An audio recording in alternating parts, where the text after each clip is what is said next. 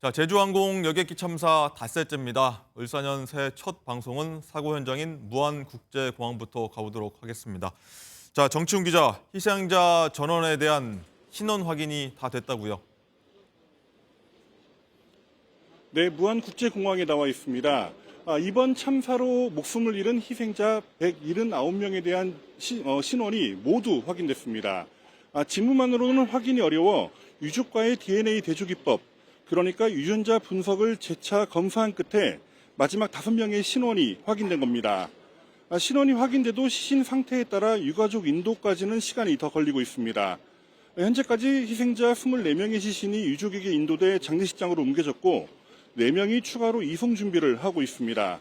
현재 DNA 분석을 마쳐 유가족 인도가 가능한 희생자는 76명이지만 어젯밤 늦게 65명의 결과가 추가로 나와 대조 작업을 하고 있습니다. 이에 따라 유가족 품으로 돌아가는 희생자가 늘어날 전망입니다.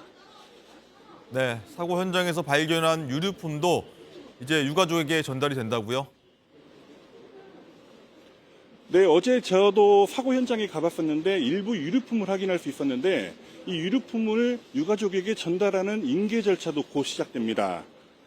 경찰과 소방당국은 현장에서 221건의 유류품을 수거해 분류했습니다. 여권이나 가방, 휴대전화 등이 대부분인데 소유자별로 분류를 마친 상황입니다. 잠시 후 12시쯤에 유가족이 유류품 보관 장소로 이동해 현장 확인 등 절차를 거쳐 인도될 것으로 보입니다. 일부 휴대전화는 훼손이 심해 유가족 입회하에 경찰에서 포렌식 작업을 거치게 되는데요. 이 사고 당시 문자 메시지나 영상 등이 담겨 있을 수 있어 참사 원인 분석 등에도 활용될 것으로 보입니다. 지금까지 무안국제공항에서 MBN 뉴스 정춘우입니다.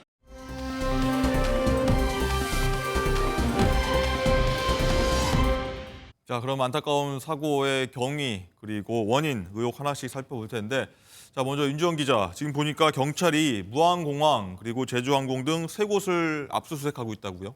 네, 그렇습니다. 조금 전인 오전 9시부터 경찰 제주항공 여객기 사고 수사본부는 무안공항과 부산지방항공청 무안출장소 그리고 제주항공 서울사무소 등 3곳에 대해서 압수수색을 진행 중이라고 밝혔습니다. 참사 원인을 규명하기 위한 수사가 본격화되는 건데요. 경찰 관계자는 법과 원칙에 따라서 신속하고 엄정하게 이번 사고의 원인과 책임을 규명할 방침이라고 밝혔습니다. 현재 압수수색이 진행이 되고 있는데 이 관련 내용은 더 들어오는 대로 더 전달을 드리도록 하겠습니다. 알겠습니다. 그리고 또 온라인상에서는 이 유족에 대한 가짜뉴스 그리고 희생자 비하글이 올라와서 여기에 대해서도 경찰이 수사에 나섰다고요? 네, 그렇습니다. 제주항공 참사와 관련해서 유가족을 조롱하거나 또 비하하는 글이 온라인 커뮤니티 채팅방에서 확산하면서 논란이 되고 있습니다. 특히 보상금과 관련해서 유가족을 모욕하는 글이 올라오면서 공분을 사고 있는데요. 경찰은 약성 온라인 게시물과 관련해서 4명을 입건해서 현재 수사하고 있습니다. 커뮤니티 운영진의 협조를 받아서 작성자의 신원을 특정하고 조사를 진행하고 있는데요. 네. 또 모니터링을 통해서 커뮤니티 등 온라인상의 약성 댓글과 음해성 글 125건에 대해서도 이 삭제 또 차단 조치를 한 상황입니다. 경찰은 유가족과 희생자를 모욕하는 글뿐만 아니라 가짜 뉴스 또 추측성 글에 대해서도 허위사실 유포 혐의를 적용하는 등 엄정하게 대응할 방침을 밝혔습니다. 특히 피해자 신고가 없더라도 자체적으로 범죄 사실을 인지해서 수사에 착수하겠다는 방침입니다. 네. 자, 그리고 여객기가 속도를 줄이지 못하고 부딪힌 이 로컬라이저는 지난해 보강 공사를 하면서 둔덕 위에 이 상판을 좀 추가를 했는데 저희 MBN 취재진이 관련 서류를 입수해서 확인해 보니까 125톤에 달하는 콘크리트를 사용하기로 계획했던 것으로 드러났습니다. 자, 강세영 기자의 단독 보도 보시고 내용 이어가도록 하겠습니다. 무안공항 로컬라이저는 지난해 개량 공사를 했습니다. 흙과 콘크리트로 만든 둔덕에 다시 30cm 두께의 콘크리트 판을 깔고 그 위에 로컬라이저를 세웠습니다. 콘크리트로 이렇게 상판을 덮는다고 하죠. 안전성 뭐 이런 것들 그런 이유 때문에 그렇게 보강을 한 걸로 알고 있습니다. 취재진이 지난 2021년 공사 입찰업체에 제공한 물량 내역서를 확보해 확인해봤습니다. 여객기가 충돌한 로컬라이저의 기초보강 공사에 제곱 센티미터당 240kg 강도를 가지는 콘크리트를 사용하라고 규격을 정해놓았습니다. 가로와 세로 1cm 길이 면적당 240kg을 견딜 수 있는 수준으로 건축 전문가는 건물을 세울 때 쓰는 수준의 강도라고 설명합니다. 수량은 약 53세제곱미터를 요청했는데 무게로 환산하면 대략 125톤에 달합니다. 이 정도 강도와 무게면 여객기가 상판하고만 충돌해도 파괴될 수 있다는 분석입니다. 안전지대를 침범을 할 때까지는 당연히 담이 있다라고는 생각을 했겠지만 거기에 돌덩어리가 있다라고는 생각을 당연히 못했다는 거죠. 심지어 실제 현장엔 상판 아래에도 콘크리트 구조물이 있었던 만큼 여객기는 더 큰 충격을 받았을 것으로 예상됩니다. MBN 뉴스 강세현입니다. 네, 이런 내용이 있었고, 자, 또 하나 윤정 기자, 이 세대 충돌로 인해서 엔진이 고장나면서 사고가 좀 난 것으로 지금 추정이 되고 있는데 참사 열흘 전에 보니까 무안공항 회의에서 세대 충돌 이야기가 오간 것으로 드러났는데 또 여기에 대해서 제주항공 측은 좀 참석을 안 했어요. 네, 그렇습니다. 지난해 12월 19일에 이 무안공항 조류 충돌 예방 위원회는 회의를 진행했습니다. 여기에서 참가자들은 공항 주변에 버드 스트라이크와 관련된 우려를 쏟아냈는데요. 이 당시 회의에서는 무안공항 상공에서 폭행을 하면서 세대와 마주치는 상황이 빈번하다라는 문제가 제기가 됐고 조류 퇴치가 사전에 충분히 이루어져야 된다 이런 지적이 나오기도 했습니다. 특히 조류 퇴치 업무 담당인 한국공항공사 자회사 측 참석자는 퇴치의 활동을 위해서 노력을 하지만 공항 내외부 전체를 이동하기에는 인력과 차량이 부족하고 네. 또 샛대를 쫓기에는 확성기 소리가 이 해변 등 원거리까지 도달하기에는 한계가 있다. 이런 한계점을 지적을 하기도 했었습니다. 조류 퇴치 인력과 장비가 부족하다. 이런 지적이 계속해서 나온 건데 이게 개선이 되지가 않은 겁니다. 만약에 이때 이 부분이 좀 미비점이 개선이 됐었다면 네. 결국에는 막을 수 있었던 것 아니냐, 인재가 아니었냐 이런 비판이 나오는 이유고요. 네. 또 해당 위원회는 연에 두 차례 회의를 여는데 이 제주항공은 지난해 7월과 12월 두 차례 모두 회의 참석 대상자였지만 불참을 했던 것으로 확인이 됐습니다. 자, 이 부분도 아마 규명이 돼야 될 것 같고 또 다른 의혹들 하나씩 규명이 돼야 유가족의 슬픔을 그나마 조금 덜어줄 수 있지 않을까 생각이 듭니다.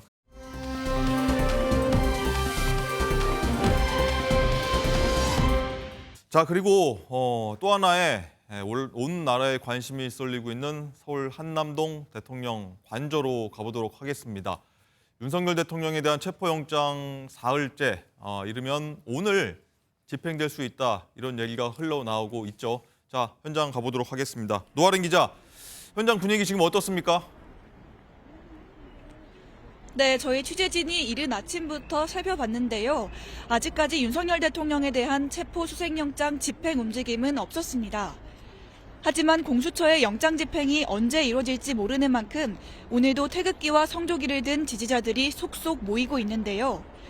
어제 저녁 윤 대통령이 지지자들에게 자유민주주의 헌정질서를 지키기 위해 수고해 주셔서 감사하다며 끝까지 싸울 것이라는 내용의 편지를 보냈습니다. 이 편지 내용이 전해지자 고무된 지지자들은 밤 10시가 넘은 늦은 시간까지도 탄핵 무효와 체포반대 집회를 이어갔습니다. 맞은편에는 탄핵에 찬성하는 시민들이 윤 대통령 체포를 촉구하는 집회를 열 예정이지만 아직 많은 인원이 모이지 않아 특별한 충돌은 없었습니다. 앞서 대통령 경호처는 영장 발부 이후 적법한 절차에 따라 경호 조치를 하겠다는 입장을 보였습니다. 이에 대해 공수처는 경호처의 영장 집행을 방해하면 공무집행방해로 처벌받을 수 있다는 경고성 공문을 보냈습니다. 공수처는 물리적 충돌에 대비해 경찰 기동대 투입 등 인력 협조 방안을 논의하고 있는데요. 상황에 따라서는 공수처나 경찰이 경호처 직원 등을 현행범으로 체포할 수 있다는 관측이 나옵니다. 경찰은 영장을 집행하러 온 수사관들과 반대하는 시민 사이의 충돌 가능성을 대비하기 위해 관저 앞 질서 유지에 집중하고 있습니다. 오동은 공수처장이 오는 6일까지 체포영장을 집행하겠다고 밝힌 만큼 긴장감은 이어질 것으로 보입니다. 지금까지 한남동 관저 앞에서 MBN 뉴스 노하린입니다.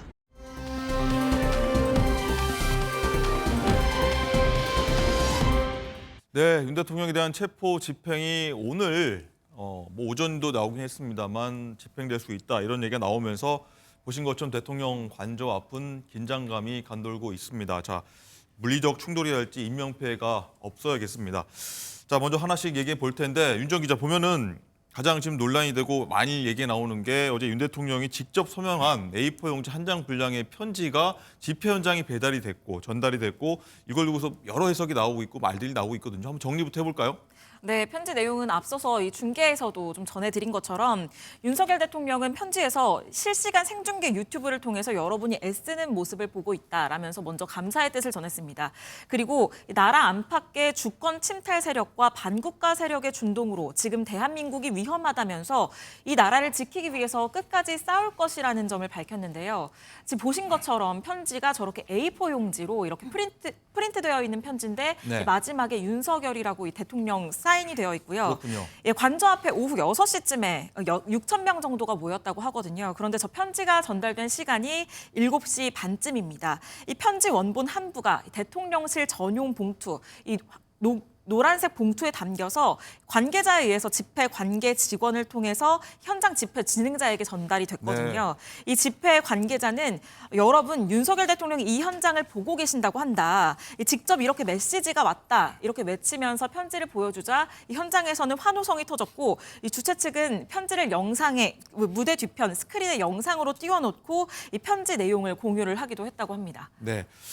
자, 윤 대통령이 수사기관 출석 요구에 좀 불응하면서 지지자들에게 유튜브로 그 상황을 집회 상황을 다 보고 있다 얘기를 하면서 끝까지 싸우겠다는 편지를 보낸 건데 자, 두 분께 다 여쭤봐야 될 것 같습니다. 강전애 위원장 어떻게 보십니까?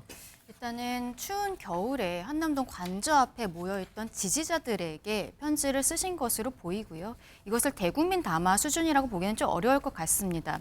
유튜브로 거기에 나와 있는 분들에 대해서 계속 보고 있다. 그리고 끝까지 싸우겠다라고 이야기를 한 것은 지금 오늘 집행이 될 수 있다라고 이야기 나오고 있는 체포영장. 여기에 대해서도 각오하고 있다라는 것을 지지자들에게 이야기하고 있는 부분들이 아닌가라고 생각을 합니다. 네. 결과적으로 지금 대통령 입장에서는 탄핵 심판에 있어서는 이제 변호인들이 들어갔고 그래서 내일부터 본격적으로 변론 준비 절차에 들어가게 될 것으로 보이는데 수사 상황과 관련해서 지금 사실상 그 한남동 관저 앞에 있는 저 지지자들의 이유는 아마도 체포영장이 집행을 하는 과정에 있어서 본인들이 몸으로 맞겠다라고 생각을 하시는 분들이 저는 어느 정도 있으실 거라고 생각하거든요. 그렇다면 대통령께서는 여기에 대해서 좀 우려하는 생각과 그리고 지지자들에게 본인이 굳건하다는 이야기들을 좀 하기 위해서 저런 것들을 보낸 것이 아닐까라고 생각을 하고요. 결과적으로는 앞으로의 수사 상황에 있어서도 끝까지 싸울 것이라고 이야기를 한 것을 보면은 그리고 내용 자체는 그 전에 있었던 대국민 담화와 조금 더 이제 수준은 높아 보이지만 내용 자체에 큰 차이는 없다고 저는 봤습니다. 그렇다면은 지지자들을 결집을 하면서 향후의 수사라든지 탄핵 심판에 있어서 정식으로 대응하겠다라는 메시지를 낸 것으로 보입니다. 네, 현재 대통령 관저 앞에 저희 취재진도 가서 계속 상황을 예의주시하고 있어서 어떤 상황이 좀 발생한다고 하면 계속해서 저희가 전해드리도록 하겠고요. 김종욱 행정관님은 어떻게 보십니까? 대통령 편지, 의도, 지지자들이 굉장히 많은 가운데서 편지를 건넸다는 것. 저는 직무 정지된 대통령의 막장 행동이라는 생각이 들어요. 저는 이런 행동을 할 수 있는 것인지 상상이 안 되는 내용인데요. 내용을 들어봐도 처음이 자유민주주의 헌정 질서를 얘기하는데 자유민주주의 헌정 질서를 파괴한 사람이 지금 직무 정지된 대통령입니다. 비상계엄을 내란으로 검찰이 공소장에 적시를 했습니다. 두 번째 내용이 뭐냐면 주권 침탈 세력과 반국가 세력을 얘기하는데요. 소위 내란으로서 주권을 침탈한 세력이 누굽니까? 내란 세력입니다. 그다음에 반국가 세력이요? 여러분 다 아시겠습니다만 소위 그 계엄군이 총을 들고 들어가서 장갑차를 밀고 들어온 일들을 국민이 바로 눈으로 지켜봤습니다. 이런 세력들 우리는 반국가 세력이라고 얘기를 하고 있고요. 마지막에 제일 큰 문제인데요. 여러분과 함께 이 나라를 지키기 위해 끝까지 싸우겠다. 저는 이건 내란의 선동이라고 봐요. 그리고 헌법 질서를 부정하는 것이고요. 사법부가 결정한 사법적 법 집행도 거부하는 행위이기 때문에 저는 매우 위태로운 행위를 하고 있고 만약에 저런 행위와 관련해서 만약에 저 앞에 계신 분들과 소위 이 법 집행을 하고 있는 경찰과 물리적 충돌이 발생했을 때 거기에 따른 희생과 책임을 누가 질 것인가. 저는 그런 모든 행위의 지시들을 지금 직무정지된 대통령이 하고 있다고 생각이 들기 때문에 저는 매우 지금 비상식적인 판단을 하고 있다. 빨리 스스로 법 집행에 맞게 소위 공수처에 본인이 직접 나가는 것이 저는 가장 타당한 행동이라고 생각합니다. 네. 윤 대통령의 어제 편지 내용은 사실 과거에도 여러 차례 발언이 있기도 했었죠. 그 목소리 저희가 준비했습니다. 들어보시죠. 왜곡된 역사의식, 무책임한 국가관을 가진 반국가 세력들은 사회를 교란하는 반국가 세력들이 반국가 세력은 반일 감정을 선동하고 자유민주주의 체제를 위협하는 반국가 세력들이 파렴치한 종북 반국가 세력들을 일거에 척결하고 반국가 세력에 맞서 결연한 구국의 의지로 저를 탄핵하든 수사하든 당당히 맞설 것입니다. 저는 끝까지 싸울 것입니다. 네, 이런 발언들을 과거에 윤 대통령이 했었습니다. 그래도 어제 그래서 편지에도 비슷한 내용이 담겼다는 내용이었습니다. 일단 강전혜 부위원장님, 일단은 윤 대통령 측에서 크리스마스 끝나고 나서 이런 일련의 상황에 대해서 SNS로 대국민 메시지를 내는 거 아니냐 이런 관측이 나왔고 대통령 측 변호인 측에서도 이런 얘기를 했었는데 어쨌든 제주항공 여객기 참사가 있어서 뭐 위로의 메시지를 SNS에 낸 것으로 보이는데 이런 내용의 얘기를 하려고 했었을까요? 저는 조금 아까도 말씀드렸지만 어제 나온 이 편지의 글 같은 경우에는 한남동 관저 앞에 있는 지지자들에게 한 이야기다라고 보이고요. 특정해서 한 거다? 예, 왜냐하면은 지금 본인이 유튜브로 보고 있다라는 이야기를 하지 않았습니까? 대국민에 대한 메시지는 저는 별도로 나올 것이라고 생각합니다. 어제 나온 글 같은 경우에는 그동안에 했었던 이야기와 사실상 약간의 수위가 올라갔을 뿐이지 다른 이야기들은 없었거든요. 오히려 국민들께서 궁금하신 것은 체포영장에 대해서 어떻게 대응할 것인지, 그리고 이제 내일부터 다시 본격적으로 시작하게 될 탄핵심판 절차에 있어서 어떻게 대응할 것인지, 이런 부분들이 궁금하실 것이라고 생각해서 어제 나온 이 편지보다는 오히려 체포영장이 집행이 된다거나 혹은 내일 첫 번째 변론 준비기일에 이제 변호인들이 직접적으로 들어가게 될 것인데, 그 이후에 그러면 이제 앞으로의 절차가 일주일에 몇 번을 할 것인지, 어떻게 증인 채택을 할 것인지, 이러한 부분들에 대해서 대통령께서 조금 더 구체적인 이야기를 하게 되지 않을까라고 생각을 하고요. 말씀드린 것처럼 어제의 편지는 일단은 체포영장 집행이 들어올 것으로 예상이 되고, 그리고 그것을 몸으로 막을 것으로 예상되는 저 관저 앞에 지지자들에게 직접적으로 보낸 편지가 아닌가라고 생각합니다. 네. 어쨌든 체포영장 발부된 지 지금 사흘째입니다. 12월 연말이었고 어제는 또 1월 1일 휴일이었고 오늘 3일째 평일입니다. 그리고 오늘 내일 겪고 나서 다음 또 토요일입니다. 이 언제 집행이 될지 저희도 예의주시하면서 촉구하고 곤두 세우고 있는데 오늘 오전에 준비가 됐다 이런 얘기가 흘러나왔습니다만 확인된 바는 아니었고요. 김종욱 행정관님, 이 집행이 언제쯤 일어날 거라고 보십니까? 저는 아무래도 오늘 내일 중에 해야 될 거라고 생각을 하고요. 주말 같은 경우는 소위 대통령실 주변, 관저 주변으로 많은 어떤 시위대들이 운집할 가능성이 되게 높습니다. 그렇게 되면 충돌 발생이 더 커질 수밖에 없는 상황이고 네. 시간을 끌면 끌수록 소위 국가가 분열되고 거기에 따른 분노는 더 높아질 가능성이 높기 때문에요. 저는 그래서 이런 문제를 발생시키지 않기 위해서는 대통령 스스로 한 얘기가 있습니다. 소위 이 법적, 정치적 책임을 당당하게 지겠다고 얘기를 했습니다. 그럼 법적 책임이 어떤 겁니까? 소위 공수처에서 체포영장을 발부했고 법원이 거기에서 영장을 발부한 상황이기 때문에 당당하게 나가서 수사를 받으면 되는 상황입니다. 아니면 그 과정에서 준항고를 하든 아니면 재판 과정에서 본인의 부당성들을 얘기하면 되는 것인데 관저에 지금 꽁꽁 숨어 있으면서 그 앞을 지키고 계시는 국민들에게 소위 이 법 집행을 막으라고 지금 선동을 하고 있는 행위이기 때문에 매우 문제가 많습니다. 그래서 시간이 가면 갈수록 오히려 저기에 따른 파장이나 어떤 폭력적인 사태가 발생할 가능성이 높기 때문에 저는 오늘 내일 중에 법 집행을 빨리 진행하는 것 자체가 저는 공수처와 경찰이 좀 해야 될 일이라고 생각을 합니다. 네, 어쨌든 체포 찬반 많은 의견이 갈린 가운데 집회 참가자 시위대들이 굉장히 수천 명이 지금 가 있는 상황인데 어떻게 보이십니까? 강전혜 부위원장은 저도 어제 방송 진행했습니다만 다른 패널분들께서는 아마 이번 토요일 날이 이뤄질 수도 있다. 시한 같은 경우는 6일까지인데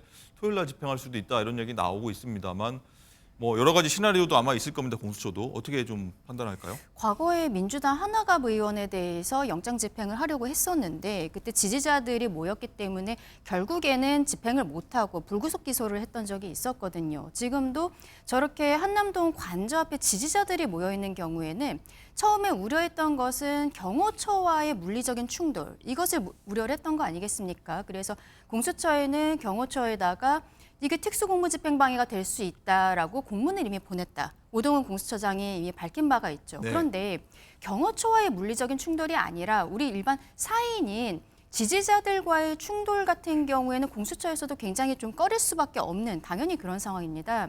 그렇다면은 그 조금 아까 행정관님 말씀하신 것처럼 주말 같은 경우에는 지지자들이 총 결집을 할 가능성이 굉장히 높은 것이죠. 위험한 부분들이 있습니다. 네. 그렇다면 오늘이나 내일 적어도 주중에 진행을 할 가능성이 저는 높다라고 생각을 하고 이 영장이 6일까지거든요. 그런데 공수처가 지금 집행에 대한 의지를 보이고 있어요. 그렇다면 한번 갔다가 만약에 집행이 되지 않았을 때 그 영장을 가지고 다시 갈 수 있습니다. 그러면 6일 같은 경우에는 월요일이기 때문에 네. 그러면은 오늘이나 내일 정도 갔을 때는 주말 동안에 다시 이제 서류 같은 것을 재정비를 하고 월요일 날 한 번 더 들어갈 수도 있는 것이거든요.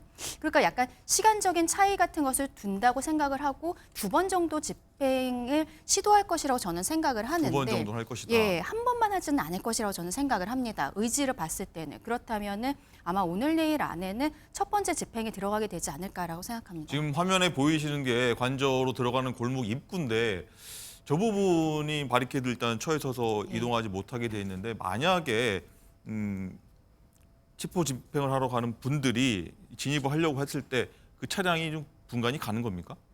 어떤 차량인지. 예. 지금 그 공수처에서는 저렇게 바리케이트를 쳐서 문을 열어주지 않는 것 네. 그리고 뭐 집행을 하지 못하도록 몸으로 막는 것 이런 것이 모두가 특수공무집행 방해라고 이야기를 네. 하고 있는 것이기 때문에 지금 근데 제가 조금 아까 말씀드린 것은 일단은 바리케이트까지 가야 되는 것이죠. 공수처에서. 그런데 그 앞에 지지자들이 있는 것입니다. 그렇다면 지지자들이 결집을 하면서 공수처의 집행을 몸으로 막으려고 할 때 골목부터 막을 것이다. 그렇습니다. 제가 생각하기에는 바리케이트까지도 가지 못할 가능성이 있다. 그러면은 이 사람들에 대해서 그냥 일반 시민들을 좀 치면서 들어가야 되는 부분들에 있어서는 공수처가 굉장히 그 위험 부담을 갖고 있을 것이고 앞서 말씀드린 하나갑 전 의원의 경우에도 지지자들이 결집을 했었기 네. 때문에 그때 영장 집행을 못했었거든요.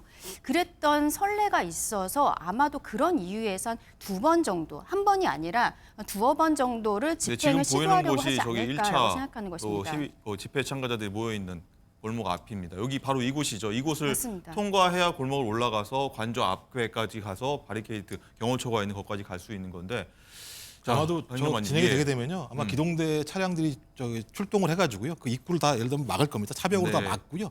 왜냐하면 이거 공무행위이기 때문에 소위 예를 들면 지금 위력조차도 그러니까 대중들이 모여있는 것조차도 특수공무집행 방해에 해당되는 상황이기 때문에 거기에 대해서 차벽으로 막고 소위 시위를 전개하고 있는 시민들에게 그 부분을 계속 공지할 겁니다. 네. 공지를 하게 될 것이고 아마 이미 저 정도 가게 되면 경호처에게 통보가 일정하게 돼 있는 상황이기 때문에 그 사전에 네, 통보를 하고 갈 것이다. 예. 그래서 지금 가장 제일 좋은 방법은 소위 지금 피의자 신분인 대통령 윤석열이 스스로 나오는 게 제일 좋을 것이고요. 아니면 최상목 지금 권한대행이 경호처에게 지시를 내려서 어떤 지시를 해야 될까요? 그러니까 법의 공무를 집행하는 거기 때문에 거기에 대해서 경호처가 정하지 말라라고 하는 정하지 지시를 말라. 하는 것이고 열어줘라. 네, 그렇죠.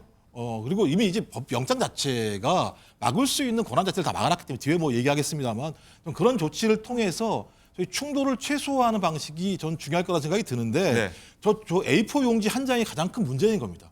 그러니까 갑자기 어제 저희 피의자 신분인 대통령 윤석열이 이 앞에 있는 시위대들에게 끝까지 싸우자라고 선동을 함으로써 소위 충돌 가능성을 더 크게 만든 측면들이 있거든요. 전 그렇다면 이런 방식을 미리 사전에 방지하기 위해서라도 전격적으로 차벽들을 충분히 세워서 경찰 병력으로 시위대 자체가 이 사이를 들어올 수 없도록 완벽하게 막은 다음에 네. 소위 이 체포영장을 집행하는 과정들이 진행될 거라고 생각이 듭니다. 그런데 네. 지금 우리가 영상을 보면은 지지자들이 큰 길가에서부터 이렇게 있습니다. 맞습니다. 그러면 도로에 인접해 있습니다. 차가 들어오는 과정에서부터 이게 시위를 하시는 분들은 차가 들어올 때 길에 눕는 분들이 꽤 있어요. 제가 말씀드리는 건 바로 지금 그런 보이는 부분들입니다. 바로 저 부분 예. 같습니다. 차 큰 안에 길에서 나가는. 들어와야 되는데 큰 길가에 양쪽으로 이제 시위대들이 있고, 근데 이 만약에 들어오는 과정에 있어서 지금 행정관님 말씀하신 것처럼 차벽을 세우려면은 차가 들어가야 되는데 시위하시는 분들은 그럴 때 아예 그냥 길에 눕는 분들이 있고, 만약에 그런 분들이 이 안에 계시다라고 했을 때는 차벽을 세우는 것도 실질적으로는 좀 거의 불가능할 수 있겠다라고 생각합니다. 아니요, 이제 경찰 인력이 사전에 그거 갖다 다 밀어냈죠. 밀어내고 이제 왜냐하면 법 집행 자체는 엄정할 수밖에 없는 상황입니다. 그런 걸 다 고려한다면 앞으로 어떤 일이든 마찬가지입니다만 시민들이 들어놓으면 법 집행이 안 된다라고 하는 것이기 때문에 사전에 경찰 병력이 그런 시위대들을 갖다 밀어내고 밀어낸 과정에 차벽을 쌓는 과정으로 진행을 할 건데 저는 그런 일이 벌어지지 않도록 네. 대통령 스스로가 나오는 게 제일 좋은 방법이라고 말씀드리는 겁니다. 알겠습니다. 이 윤 대통령의 어제 편지 관련해서 얘기를 좀 더 나눠볼 텐데, 자, 윤주원 기자, 이 석동현 변호사죠. 윤 대통령의 변호인인데 어제 단상에 직접 올라서 윤 대통령 지지자들에게 보수층 결집을 호소했다, 이런 내용이 있더라고요. 네, 그렇습니다. 어제 오후 5시 45분쯤 직접 연단에 올라서 발언을 했는데요. 이 모습 먼저 영상으로 확인하고 이어가겠습니다. 뭐 그런 체포영장을 집행한다 어쩐다고 그렇게 연막을 피웁니다. 그런데 불법 무효의 영장이기 때문에 그 집행도 불법입니다. 불법이기 때문에 우리가 우선 시도하지를 않을 것으로 저는 봅니다. 못합니다. 이 열화와 같은 대통령과 대한민국을 지키겠다는 애국심이 이렇게 추운 겨울 추위도 녹이는 이 여러분들의 열정이 있고 전국 방방곡곡에 많은 우리 애국 시민들이 이번에는 결코 호락호락하지 않을 것입니다, 여러분. 네, 지금 보신 것처럼 지지자들이 굉장히 많이 운집해 있는데 그 네. 단상 위에 서서 이 대통령께서 여러분에게 감사하고 죄송한 마음을 저에게 꼭 전해달라고 하셨다라면서 큰 절을 올리기도 했고요. 네. 또 석동현 변호사는 여론전이 필요하다라면서 여러분은 국민 변호인이라고 강조를 하기도 했습니다. 그러면서 공수처는 내란죄 수사권이 없기 때문에 공수처 수사는 엉터리라는 주장을 내놨습니다. 네. 자, 김종국 행정관님, 뭐 계속 저희가 반복되는 얘기일 수도 있습니다만 대통령이 여론전을 편다라고 하는 부분, 이 법보다 여론에 좀 더 호소하려는 그런 걸로 보입니다.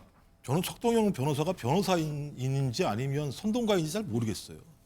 변호인은 대통령이 문제가 없다라고 하는 부분을 변론만 하면 되는 것이지 시위대 앞에 와서 소위 대통령을 막아달라고 호소하는 저런 상황들은 이해할 수가 없고요. 변호사라면 일단 기본적으로 검찰 공소장에 의하면 소위 피의자 대통령 윤석열은 내란 수괴라고 거기에 명시가 돼 있습니다. 거기에 근거해서 공수처가 소위 법원에게 체포영장을 청구를 했고 법원은 이걸 발부를 했습니다. 그럼 제가 볼 때 사법부는 어떤 형태든지 빨리 체포를 해서 수사를 진행하건 구속을 하건 결정을 하라고 입장을 낸 건데 갑자기 거기에 대해서 소위 여론전을 벌인다라고 하는 거. 그리고 여론 자체가 소위 대통령 윤석열에게 유리한 상황도 아닙니다. 대체적으로 많은 국민들은 이것을 내란이라고 판단하고 있고 체포를 해야 된다라는 여론이 압도적으로 높은 상황입니다. 저는 이렇다면 하나입니다. 소위 자기 지지층들을 결집시키겠다. 그래서 사회 혼란을 야기시킴으로써 내란의 논쟁이 아니라 사회 혼란이라고 하는 측면으로 프레임을 바꾸려고 하는 것 하나일 것이고 어떤 형태로든지 시간을 계속 끌어서 헌재가 판결을 내리지 않게 하려고 하는 전략밖에 없다라는 생각이 들어서 저는 그러니까 여전히 구글 유튜브의 시각으로 세상을 바라보고 있다. 그러니까 저는 전혀 저런 방식이 통하지 않을 것이라는 생각이 드는데 네. 일정하게 지연을 하면 뭔가 방법이 나올 것처럼 생각하는 저는 일종의 전 망상 공동체라는 생각이 들어요. 네. 그랬더니 이르면 오늘 집행이 이루어질 수 있다라는 얘기가 나오고 있는데 어쨌든 그 윤 기자, 일단은 공수처가 만약에 오늘 아까 이 변호사님 말씀은 1차 시도가 이루어질 수 있고 다음에 2차가 이루어진다고 하는데 만약에 윤 대통령 신변 확보를 오늘 한다고 하면 혹은 그 2차로 뭐 6일이든 언제든 하게 된다고 하면 그 다음 절차는 어떻게 되는 겁니까? 네, 일단 윤석열 대통령이 체포가 된다면 이 공수처 조사실로 이동을 해서 당일 조사가 이루어질 예정입니다. 과천청사로. 네, 그렇습니다. 신문은 이 100쪽 이상의 질문지가 준비가 되어 있는 것으로 전해지는데 다만 윤 대통령은 지금 위법 수사를 주장을 하고 있기 때문에 진술을 일체 거부할 가능성이 매우 큽니다. 이 조사 외의 시간에는 윤석열 대통령은 서울구치소에 구금이 될 예정인데요. 이 경호를 고려해서 독방에 수감될 것으로 보이고요. 네. 이 체포영장이 집행이 되면 공수처는 일단 48시간의 시간을 갖게 됩니다. 48시간 이내에 구속영장을 청구를 하거나 풀어주거나 둘 중에 하나를 해야 되기 때문에 일단 48시간 동안 혐의를 어느 정도 소명을 해서 이 구속영장을 청구를 해야겠죠. 그리고 이후에 구속영장이 발부가 된다면 공수처에게 주어지는 시간은 또다시 10일에 불과합니다. 이 대통령에 대해서 기소권이 없기 때문에 네. 공수처는 이 사건을 검찰에 넘겨야 하거든요. 그런데 이 앞서서 검찰과 공수처는 구속기간을 각각 10일씩 쓰기로 되어 있습니다. 그렇기 때문에 이 공수처는 10일 동안 이 윤석열 대통령에 대한 조사를 더 진행을 할 예정이고요. 그렇군요. 이 다만 시간이 좀 별로 없는 거 아니냐 뭐 이런 얘기들이 나오는데 네. 공수처는 현재로서는 윤석열 대통령에 대한 조사를 위해서 이미 충분한 수사가 이뤄진 상황이다라고 얘기를 하고 있는 상황입니다. 그리고 만약에 체포영장이 지금 지지자들의 운집 등으로 인해서 집행이 어려워지게 되는 경우에는 이후에 유효기간 연장을 위해서 사유를 소명해야 하고 또 공수처는 구속영장을 곧바로 청구하는 방안도 지금 검토를 하고 있는 것으로 전해집니다. 그렇군요. 자, 황전혜 부위원장님. 일단 만약에 체포가 된다고 하면요. 이 윤 대통령은 변호인단과 함께 입회해서 조사를 받는 겁니까? 그렇게 되겠죠. 왜냐하면 이제 피의자의 신분이기 때문에 변호인이 동석을 할 것이고 조금 아까 기자님 짚어주신 것처럼 아마도 지금 윤석열 대통령은 공수처의 수사에 있어서는 아마 진술 거부권을 행사할 가능성이 높아 보입니다. 말씀을 하시는 과정에 있어서 대통령실에서 이번 체포영장에 대해서 이유 없이 거부를 하고 있는 것은 아닙니다. 왜냐하면은 공수처가 이것을 영장을 받아온 것인데 공수처에게는 내란에 대한 수사권이 없거든요. 네. 그런데 공수처가 이제 받아온 영장은 내란 수계로서 대통령에 대한 체포 영장을 받아온 것이고 그래서 윤 대통령의 변호인 측에서는 권한쟁의 심판 그리고 이 가처분 신청을 하겠다라고 이야기를 하고 있어요. 네. 그럼 헌법재판소에서 이 영장이 적법한 것인가에 대해서 가처분에 대한 결정이 나와줄 때까지 좀 기다려줘야 되는 것이 아니냐라는 이야기를 하고 있는 것이고 그리고 지금 알려진 바에 의하면 이번에 공수처에서 받아온 서부지방법원에서 받아온 영장에는 지금 형사소송법 110조 그리고 111조가 배제되는 것으로 알려지고 있습니다. 네. 이것이 군사상 비밀이라든지 공무상 비밀 이런 것들이 있을 때 책임자의 승낙이 없으면 압수수색을 할 수가 없는데 그 예외로서 할 수 있다라고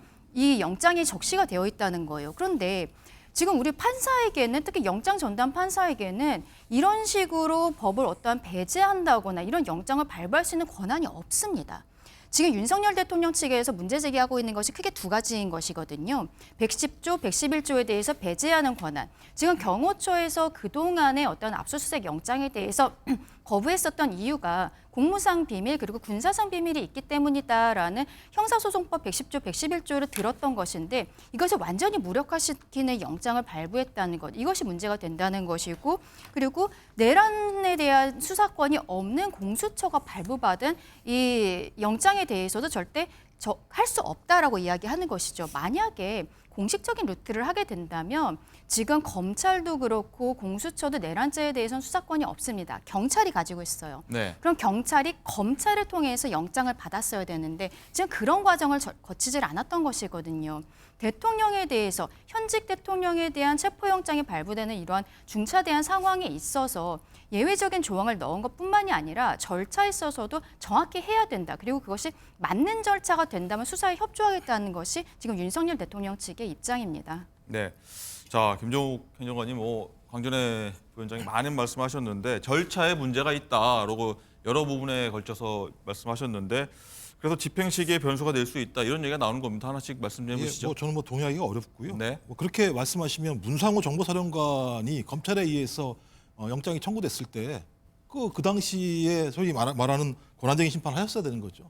법원은 그걸 인정을 했고요. 이것과 동일한 사안인 겁니다. 그러니까 소위 예를 직권남용 문제와 관련해서 거기와 연동돼 있는 내란죄까지도 예를 들면 수사할 수 있다라고 법원이 판단을 한 것이 문상호 정보사령관에 대한 입장이었었고 이번에도 동일한 판단을 했었기 때문에 이 부분에 관련해서는 법원이 일관된 입장을 유지했다는 거 하나 그리고 말씀하신 것처럼 권한쟁의 심판할 수 있습니다.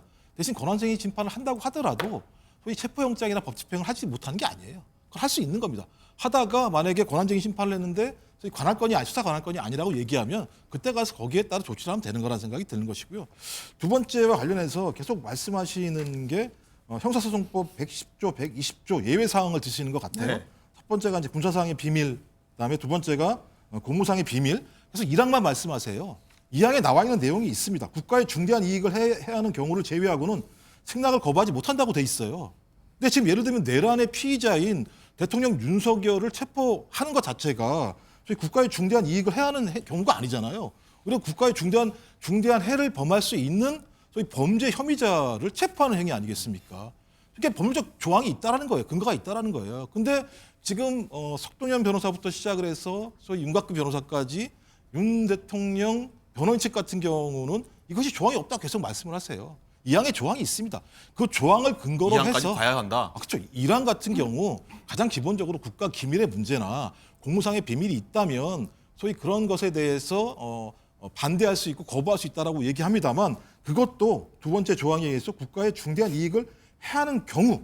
근데 그것이 아니라고 한다면 거기에 대한 승낙을 거부하지 못한다는 조항이 있어요. 아마 서부지법에서 판단한 조항은 두 번째일 겁니다. 당신들이 뭐라고 얘기하고 거부를 하더라도 이거는 국가의 중대한 이익을 해야 하는 경우가 아니기 때문에 소위 경호처 같은 경우는 체포영장에 대해서 거부하지 말라라고 얘기한 거예요. 네. 근데 이 2항에 대해서는 말씀을 안 하세요. 그러면서 법률에 아무것도 없는 것처럼 말씀하시는 건 소위 법률을 호도하는 거다라는 생각이 들기 때문에 이 부분들은 이후라도 법률적으로 헌재에다가 제소하시면 돼요.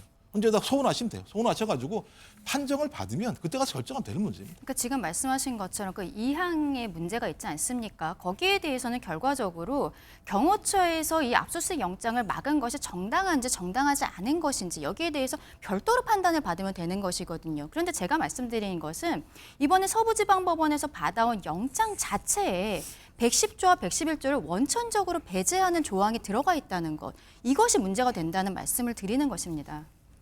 알겠습니다. 자, 윤정 기자, 또 여기 관련해서 윤 대통령 변호인단이 추가 조치를 일단은 하겠다고 한 내용인데 어떤 부분이 있습니까? 네, 그 말씀하신 것처럼 이 형사소송법 110조와 111조에 대해서 이 수색 영장에 이 예외 조항이 포함된 것을 두고 이 대통령 변호인단은 일단 이게 불법 무효다라고 주장을 하면서 네. 추가적으로 권한 쟁의 심판을 헌법재판소에 청구하기로 한 상황입니다. 이 윤곽근 변호사는 이 부분에 대해서 이 형소법 어디에도 판사에게 그런 권한을 부여하고 있지 않다라고 반발을 하면서요. 이 대법원에는 즉각 영장 담당 판사를 직무에서 배제하고 징계해야 한다라는 주장을 하기도 했습니다. 알겠습니다. 이 부분 쟁점이 되는 부분 한번 정리를 해봤고요.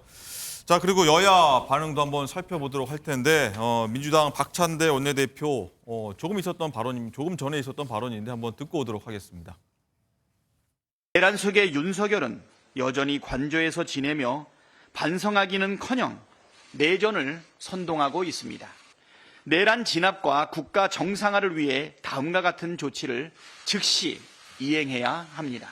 공수처, 경찰, 합동공조수사본부는 체포영장 집행을 미루지 말고 오늘 곧바로 내란 속의 윤석열을 체포하십시오. 대통령 경호처는 공무집행을 방해하지 말고 체포영장 집행에 순순히 협조하십시오.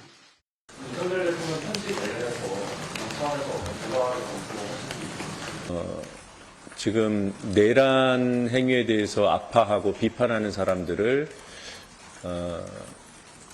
그 반국가 세력, 주권 침탈 세력, 그건 명백하게 지금 내란을 비판하는 사람들을 적으로 규정하고 공격하라는 일종의 지령 아니겠는가 이렇게 보고 있습니다. 네, 강전혜 부위원장님. 일단은 야당에서는 지지자들에게 어떤 극단적인 충돌을 좀 선동하고 있다 이렇게 보는 시각 같아요. 그렇습니다. 지금 뭐 내란을 지금 선동하고 있다라는 형태로 지금 이야기를 하고 있는 것으로 보이는데요. 근데 앞서 제가 말씀드린 것처럼 어제의 편지 같은 경우에는 대국민 담화로서 이야기를 했다라기보다는 지금 한남동 관저 앞에 있는 지지자들에게 특정을 해서 보낸 내용이 아닌가라고 저는 그렇게 보고 있습니다. 그렇다면은 국민들께 뭐 이런 내란을 계속적으로 선동을 하고 있다거나 이렇게 이야기하기는 좀 어렵지 않나라고 생각을 합니다. 결과적으로 지금 체포영장 체포영장이 집행될 것으로 예상이 되고 있기 때문에 지지자들이 한남동 관저 앞으로 더 집결을 하고 있는 상황이거든요. 그렇다면 이 영장에 대해서 좀 슬기롭게 풀어가야 되는 것이 저는 먼저라고 생각합니다. 만약에 공수처에서 체포영장 집행을 위해서 왔을 때 지금 지지자들과의 좀 극단적인 대치가 예상이 되고 있는 부분들, 경호처까지도 저는 들어가지 못할 것이다라고 생각을 하고 있는데요. 여기에 대해서는 지금 대통령실에서 윤석열 대통령의 변호인 측에서 헌법재판소에 가처분 신청을 해놓은 부분, 가처분에 대한 결정이 아직 나오지 않았거든요. 그래서 공수처에서도 이 가처분 결정이 나오지 않았기 때문에 바로 집행이 가능하다라고 지금 이야기를 하고 있는 부분들이 있습니다. 그렇다면 헌법재판소에서 여기에 대해 오늘 내일 안에 빠르게 결정을 해주는 부분들이 필요하지 않을까. 네. 그래서 가처분에서 만약에 기각이 된다면 이 영장이 적법하다라는 형태의 가처분 기각이 된다면 그때는 대통령실 측에서 변호인을 통해서 어떤 수사기관과의 조율을 통해 뭐 자진 출석을 한다든지 이런 형태로 갈 수도 있는데 지금은 사실상 헌법재판소의 결정을 좀 기다리고 있는 부분들이 있거든요. 네. 좀 빠른 결정이 있었으면 좋겠다라는 네, 지금 생각입니다. 화면 보시면은 뭔가요? 트럭 같은 화물차 같은 걸로 일단 막는 모습도 보여져서 다른 장면이 연출되는 건지 한번 저희가 한번 쭉 상황 보도록 하겠습니다. 저 화물차가 들어간 건 처음 보는 것 같아서 상황도 한번 지켜보도록 하겠고요. 자, 좀 내용 이어가자 보면 이 김종욱 행정관님 일단은 헌법재판소에 대한 가처분 소송 인용 기각 이 부분 말씀하셨는데 그 부분이 정리가 된다고 하면은 일단은 빠르게 정리될 수도 있을 것 같습니다. 대통령 입장에서 더 이상 취할 수 있는 게 많지 제가 않다 말씀드린 보니. 건 그건 별건이라니까요. 네. 그러니까 예를 변호인단이 예를 들면 그러니까 헌재에다 송원을 한 것이죠. 그럼 거기서 결정이 나면 되는 겁니다. 근데 그것 때문에 체포영장을 집행하지 못하는 게 아니라니까요. 그러니까 저는 변호인단은 자기에 맞게 할 수 있는 행위를 하고 있는 거고요. 그다음에 공수처는 법원에 체포영장을 받고 그것을 집행하는 겁니다. 이 두 개를 같이 섞으면 안 된다라는 생각이 드는 것이고 더 중요한 문제는요. 이 A4 용지에 나와 있는 대통령 발언은 매우 문제가 많은 겁니다. 이게 무슨 단순한 내용들이 아니에요. 그러니까 주권 침탈 세력과 반과 세력의 준동으로 지금 대한민국이 위험하니까 소위 이 위험한 나라를 지키기 위해서 끝까지 싸우라고 예를 들면 지령을 내린 거예요, 실제적으로. 그러니까 예를 들면 준동이라는 표현이 얼마나 예를 들면 강력한 내용인지 아시지 않습니까? 이 얘기는 어떤 거냐면 대한민국 헌법 11조 1항에 의하면 모든 국민은 법 앞에 평등하게 돼 있습니다. 그리고 제2항에 의하면 사회적 특수계급을 인정하지 않습니다. 제가 볼 때 지금 저 발언은 저희 대통령은 법 앞에 평등하지 않다. 저희 사회적 특수계급이다. 그러니 나를 체포하는 것은 문제가 많다. 이것을 막아라. 라고 지령하는 것과 마찬가지 상황이기 때문에 매우 반헌법적인 지금 발언들을 하고 있고 그 반헌법적인 발언을 통해서 내란을 다시 선동하고 있는 행위들이에요. 저는 저런 내용들이 그냥 거기에 있는 사람들만 알 것인가? 저는 저 내용이 나오면 전체 국민들이 이렇게 언론 통해서 다 알 거라는 것을 인지하고 내보냈다는 생각이 들기 때문에 매우 위험한 어떤 지령과 지시라고 생각이 드는 거죠. 알겠습니다. 자, 국민의힘 반응도 한번 살펴보겠습니다. 권성동 원내대표 그리고 신동욱 원내수석 대변인 얘기가 차례로 준비되어 있습니다. 어떤 얘기했는지 한번 듣고 오시죠. 윤석열 대통령 영장심사는 신속하게 진행하면서 이재명 대표 재판을 지연시킨다면 사법부의 공정성에 대한 신뢰는 흔들릴 수밖에 없습니다. 사법부는 그동안 이재명 대표에게 유독 너그러운 판결을 내려왔다는 지적을 겸허히 새겨봐야 합니다. 그 편지에 대한 해석을 제가 받아보는 분들마다 뉘앙스가 조금 다른 것 같아요. 그 편지의 내용을 대통령 입장에서 본인 때문에 벌어진 일 때문에 지지자들이 이 추운 겨울에 밖에서 떨고 있는 상황에 대한 안타까움의 표현일 수도 있고 그 뒤에 일부 부분들은 지지자들에게 호소하는 부분도 있긴 합니다만 그걸 하나로 제가 해석하기는 좀 어려울 것 같고 저희 당의 입장도 그렇습니다. 네, 강전혜 부위원장, 편지에 대한 해석 부분이 좀 이 추운 날에 밖에 계신 분들에 대한 어떤 위로 이런 성격도 있고 또 하나는 권성동 원내대표 얘기를 보면은 이재명 대표 재판도 신속하게 하라 이런 얘기를 하거든요. 맞습니다. 지금 대통령 측에서 이야기하고 있는 것은 결과적으로 절차를 지켜달라라는 이야기를 하고 있는 것이죠. 현직 대통령에 대한 체포영장이라는 정말 초유의 상황에 있어서 직접 수사권이 없는 공수처가 이 영장을 발부받는 것이 과연 가능한 것인가? 여기에 대한 문제는 분명히 짚고 넘어가야 된다라고 생각합니다. 그리고 형사소송법 110조, 111조를 배제할 수 있는 권한도, 이러한 영장은 우리 변호사들 중에는 아무도 본 적이 없는 굉장히 초유의 영장이 나온 것이거든요. 이런 독특한 형태의 영장을 대통령에게 발부하는 것이 맞는가의 문제를 제기를 할 수 있는 것이죠. 공수처법에 따르면 서울중앙지방법원에서 1심을 진행하도록 되어 있습니다. 그렇다면 중앙지법으로 영장을 신청을 하는 것이 일반적인 절차인데 지금 상황에 있어서 굳이 서부지법에 영장을 신청을 했었다라는 것 자체도 실질적으로 국민의힘과 보수층에서는 문제 제기를 하고 있는 것이거든요.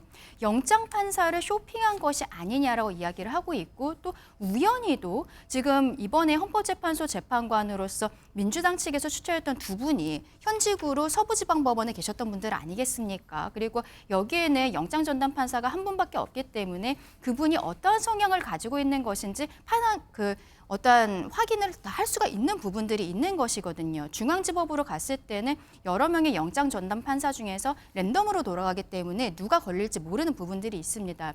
바로 이러한 부분들, 왜 일반 국민에게는 하지 않는 이런 독특한 형태의 절차를 대통령에게만 적용을 하고 있는 것인가? 그것이 지금 윤석열 대통령 측에서 문제 제기를 하고 있는 부분입니다. 네. 아니, 저는 이 부분 동의할 수가 없는 게요. 용산이 어디 있습니까? 서부지법 관할이에요. 관할에다가 영장을 청구한 게 뭐가 문제가 있습니까? 제가 볼 때는 저희 사법부를 갖다가 계속 좀 유린하고 있는 행태나 마찬가지인 거예요. 아니, 예를 들면 체포영장 최종적 판단 누가 합니까? 법원이 합니다. 법원에다가 요청해가지고 판단을 했어요. 영장이 발부가 됐어요. 아무 문제가 없습니다. 근데 절차상의 문제가 있대요. 헌재에 물어봤어요. 아직 결론이 안 나왔습니다. 아무 문제가 없는 거예요. 근데 계속 무엇이 문제가 있는 것처럼 계속 말씀을 하세요. 그다음에 서부지법에서 판단했을 때 아까 형사소송법 제가 2항을 말씀드린 건 뭐냐면 소위 2항이라는 예외 조항이 있기 때문에 그 예외 조항에 맞게 경호처가 쓸데없는 예를 들면 충돌을 일으키지 말라고 얘기한 거예요.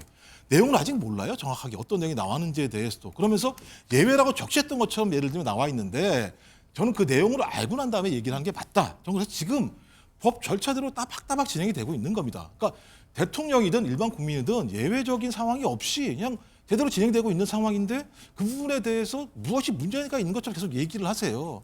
저는 그것 자체들은 예를 들면 사법부를 호도하는 것이다 라고 판단할 수밖에 없는 것이고 이 상황 자체들을 법률적 절차의 문제가 아니라 정치적 정쟁의 영역으로 지금 옮겨가는 것이다 생각이 들기 때문에 매우 좀 부당한 지적이라는 생각이 듭니다. 그 부분과 관련해서. 이 얘기를 좀 더 해보면은 다시 내용이 돌고 돌아서 다시 올 수밖에 없는 내용이긴 한데 강진회 부위원장 이 부분 어떻게 보십니까? 일단 이 영장 내용만 보면은 결과적으로 경호처까지 일단은 들어갔을 때 경호처가 이제 방어할 수 있는 논리가 좀 무너졌다. 네. 영장만 보면 그렇게 됐기 때문에 그렇다면 경호처가 그럼에도 불구하고 막을 것인지 영장 집행을 막을 것인지 체포 막을 것인지 또 하나 막는다고 하면은 김종욱 행정관 아까 좀 전에 말씀하셨지만 최상목 권한대행이 열어라 말아라 관저문을 이렇게 결정을 해줘야 되는데 그 부분은 어떻게 되리라 보십니까?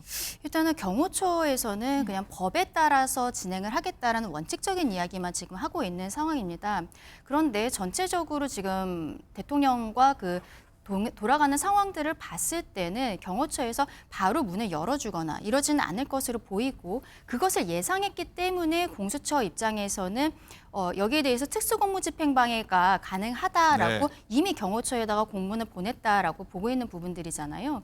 그런데 대통령 측에서 이번에 체포영장이 원천 무효다라고 이야기하는 부분 계속 말씀드리지만 결과적으로는 직접 수사권이 없는 공수처를 통해서 영장이 발부된 부분들이라든지 110조, 111조에 대해서 원칙적으로 배제할 수 있는 권한이 판사에게 없는데 이러한 형태의 내용이 들어갔다는 거. 그러면서 그런 원천적으로 무효인 영장을 가지고 경호처에게 문을 열어달라고 이야기하는 것에는 응할 수 없다라는 것이 지금 대통령의 입장이거든요. 그렇다면 지금 입장에서는 대통령의 경호를 위해서 대통령이 지금 직무는 정지되어 있지만 경호처는 대통령 예우에 관한 법률에 따라서 경호를 하고 있는 상황입니다.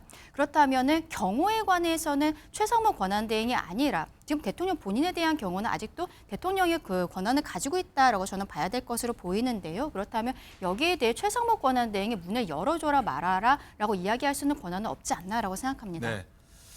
자, 지금 화면 계속 보였습니다. 말씀하신 중간에 화면 계속 보였는데 일부 집회 참가자들, 예를 들어 시위대 분들하고 굉장히 좀 고성이 오가는 그런 모습도 펼쳐지고 있어서 굉장히 좀 인명 피해가 나지 않을까, 좀 물리적 충돌이 빚어지지 않을까 굉장히 우려되는 상황이고, 조금 전에 트럭도 보였는데 아마 그 트럭의 문이 열리면 아마 단상이 세워져서 그분들 앞에 시위 집회 참가자들과 뭐 소통하는 그런 자리가 아닌가 싶기도 하고.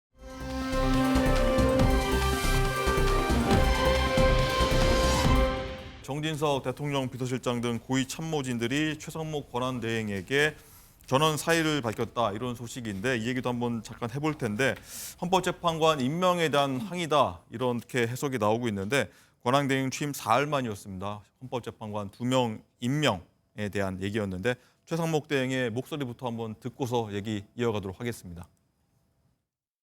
헌법재판관을 임명하기로 결정하였습니다. 여야 간 합의에 접근한 것으로 확인된 정계선, 조한창 후보에 대해서는 오늘 즉시 임명하되 나머지 한 분은 여야의 합의가 확인되는 대로 임명하겠습니다. 국무회의에서 충분히 논의한 다음에 최 권한대행께서 그 결정을 했으면은 헌법 원칙에 부합이 될 텐데 그런 과정을 생략하고 본인의 그런 의사를 발표한 것은 좀 독단적인 결정이 아니었나, 강한 유감을 표명합니다. 대통령도 거부할 권한이 없는데 권한대행이 선별 거부하는 것은 옳지 않습니다. 최상목 권한대행은 즉시 마은혁 후보자를 포함해서 3명을 모두 임명하시기 바랍니다. 네, 이른바 이 고위 참모진, 뭐 3실장이라고 하죠. 다 사의를 댔고 또 최상목 권한대행이 좀 반려했다고 밝혀지고 있는데, 일단 윤지영 기자, 이 정진석 비서실장 같은 경우에는 사표 수리가 됐다 안 됐다 굉장히 좀 말들이 많았어요. 현재 지금 어떤 상태입니까? 네, 그렇습니다. 어제 오전에는 사표 수리가 됐다라고 정진석 비서실장이 밝혔다가 오후에는 기재부에서 사표를 전혀 수리하지 않았다라고 얘기를 하면서 이게 좀 번복 논란이 일기도 했는데요. 일단 어제 상황을 보면 이 사표가 수리됐다는 건 좀 오해가 있었던 것 같고, 이 최상목 권한대행은 수차례 정진석 비서실장에게 전화를 걸어서 좀 사의를 거둬달라, 이렇게 요청을 한 것으로 보입니다. 그리고 최상목 권한대행의 이런 부탁들이 있었기 때문에 지금 용산 참모진들도 이 사의를 표명한 것에 좀 마음을 돌린 것으로 보여지고요. 그래서 오늘 정진석 비서실장이 실제 대통령실에 출근을 했는지 안 했는지는 아직은 파악이 되진 않았지만 고위 참모진은 좀 대부분 출근을 한 것으로 보이고, 그리고 대통령실 참모들도 이 정진석 비서실장에게 신중하게 결정해야 한다, 이렇게 선회한 것으로 전해지고 있습니다. 네, 자, 강전혜 부위원장님, 어제 오전이죠. 1월 1일 국민현충원 참배했을 때 최상목 권한대행과 정정 실장이 만났거든요. 네. 이런 상황이 벌어졌고 뭐 사표가 수리됐네 안 됐네 이런 좀 상황이 연출된 상황이라서 일단 정진석 실장이 항의성이라고 해도 복귀를 해도 굉장히 좀 껄끄러운 관계가 이어질 것 같습니다. 그렇죠. 아무래도 한동안은 좀 껄끄러운 관계가 되지 않을까라고 보이는데요. 저는 이 부분에 있어서 우리 국민들께서 어떻게 보고 계시는지 대통령실과 당에서 그리고 정부에서 조금 더 세심하게 지켜봐야 되는 것이 아닌가라고 생각을 합니다. 네. 결과적으로 지금 최상목 권한대행이 헌법재판소 재판관 3명 중에서 2명을 임명을 하는 과정에 있어서 국무회의에서 제대로 된 의결을 거치지 않았다라는 것을 문제 제기를 하고 있는 것이잖아요. 그런데 지금 사퇴를 하겠다라고 한 것은 국무위원들인 장관들이 아니라 대통령의 참모들이 뭐 일괄 사퇴하겠다라고 이야기를 하고 있는 것이죠. 그렇다면 우리 국민들께서 보시기에는 대통령실에서는 지금 직무 정지되어 있는 대통령을 구하기 위해서 지금 권한대행에 대해서는 오히려 손발을 자르려는 것이 아닌가라고 생각하실 수 있거든요. 그런데 지금 대통령의 직무가 정지가 되어 있지만 국정 운영은 제대로 가야 하고, 그 과정에 있어서 저는 오히려 대통령실 참모들이 최상목 권한대행에게 힘을 실어줘야 되는 상황이라고 봅니다. 이 국무회의 과정을 제대로 거치지 않았다라는 것들에 대해서 문제 제기가 될 수 있지만, 이런 형태로 일괄 사의를 표명한다거나 이런 것들은 오히려 국민들께서 대통령실과 지금 정부 여당에 대해서 반감을 가지실 수 있다. 저는 그렇게 생각합니다. 네. 자, 1분 정도 남았는데 김정욱 행정관님, 새 벽두에 들린 이 소식입니다. 정부 최고위 관계자들의 어떤 이런 내용들 어떻게 바라봐야 됩니까? 뭘 잘했다고 사표를 냅니까? 이분들이 전 도대체가 이해가 안 되는 것이고요. 헌법재판관 임명이요? 여야가 합의했습니다. 국회법 절차에 따라서 다 통과가 됐고요. 입법조사처 아무 문제 없다고 얘기했습니다. 헌법재판소 아무 문제 없다고 얘기했습니다. 헌법재판소에 추천된 3인 아무 문제 없다고 얘기했습니다. 대법원도 아무 문제가 없다고 얘기했습니다. 아무 문제 없는 일을 소위 직무대행이, 권한대행이 그냥 형식적으로 임명한 겁니다.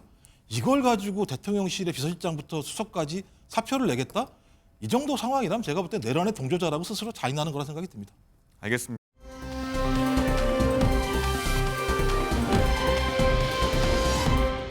라이브픽입니다. 어두웠던 제주항공 참사 현장에도 2025년 첫 해가 떠오르고 유족들은 뜬 눈으로 새해를 보냈습니다. 참사자들을 기리기 위한 행렬 또한 더 커졌는데요. 봉사자들은 떡국을 유가족들에게 전달하기도 하고요. 전국 각지에서는 유가족을 위한 기부가 이어졌습니다. 추모객들은 몇 시간을 기다려 조문을 하기도 하고 공항 담장에 손편지로 애도를 표하기도 했습니다. 가득한 손편지 가운데 유난히 눈에 띄는 편지 하나, 이 편지 속에는 이미 훌륭했고 충분히 잘했다라는 내용이 기재되어 있었는데요. 마음을 울리는 편지에 누리꾼들은 조종사의 친형이 쓴 것으로 보인다며 안타까움을 표했습니다. 우리 모두의 가슴을 아프게 했던 지난해 연말, 2025년에 접어든 올해는 더 이상 눈물 짓는 날이 없었으면 좋겠습니다. 새해 첫날 전 세계에도 사고는 끊이질 않았습니다. 미국에선 차량 돌진 사건으로 수십 명의 사상자가 발생했는데요. 신년맞이를 위해 많은 사람들이 모인 미국 뉴올리언스의 번화가, 인파 속으로 갑자기 트럭 한 대가 돌진했고 트럭 운전자는 차에서 내려 시민과 경찰들을 향해 총격을 가했습니다. 현재까지 최소 15명이 숨지고 경찰관 2명을 포함해 35명이 다친 것으로 확인됐는데요. 용의자는 현장에서 경찰과 총격전 후에 사망했습니다. FBI는 조사 결과 트럭 안에서 사제 폭발물과 함께 극단주의 무장단체인 이슬람국가 IS의 깃발이 발견됐다 밝혔는데요. 조 바이든 미국 대통령은 용의자가 이슬람국가 IS의 영감을 받았다며 용의자가 범행 전 자신의 소셜미디어에 자신이 왜 IS에 가입했는지 영감을 받았다는 걸 나타내는 영상을 만들어 올렸다고 FBI에게 보고받았다 전했습니다. 여기에 트럼프 당선인은 불법 이민자의 범죄 문제라며 비판 글을